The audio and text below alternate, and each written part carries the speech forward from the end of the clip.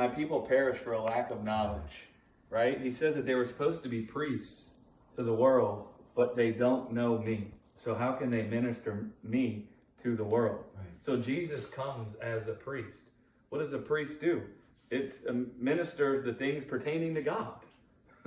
And so Jesus is here ministering the things pertaining to God, right? He's revealing God. Yeah. So people can see God and find themselves, what did he say? So that they could know your love for them the way that I do, right? Yeah. That's his whole ministry. His whole ministry is for people to know that they're loved by God in the same way that he knew he was loved. That's his whole ministry. Wow. His whole ministry is bringing that about. Wow. That's what God's after. The only way you can love God is by being persuaded that he loves you. He's not busy needing you to do things for him. I don't know if we realize it, but God don't need nothing.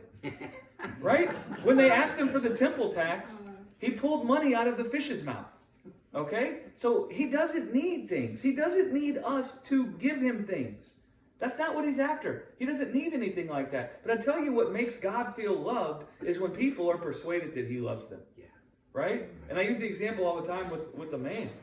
Right? That the men feel loved by their wives and their girlfriends when their wives and their girlfriends are persuaded that they love them. That's when they feel loved. I don't need my wife to do anything for me.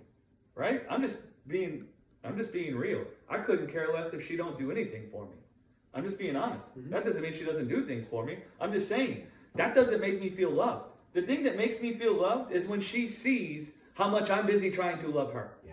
When she sees that everything I do is to pour myself out for her and to love her and to make a life for her. When she sees that, I feel loved. Right?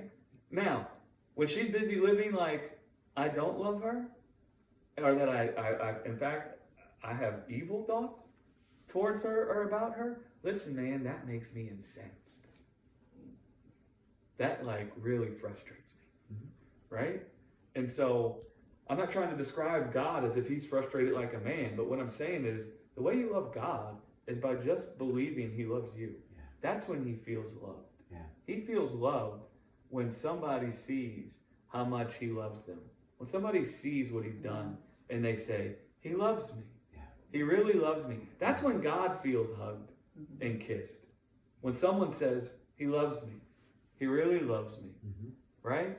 Now, out of that place of having the love of God born in your heart, you're going to be filled with a holy fervor. Yeah.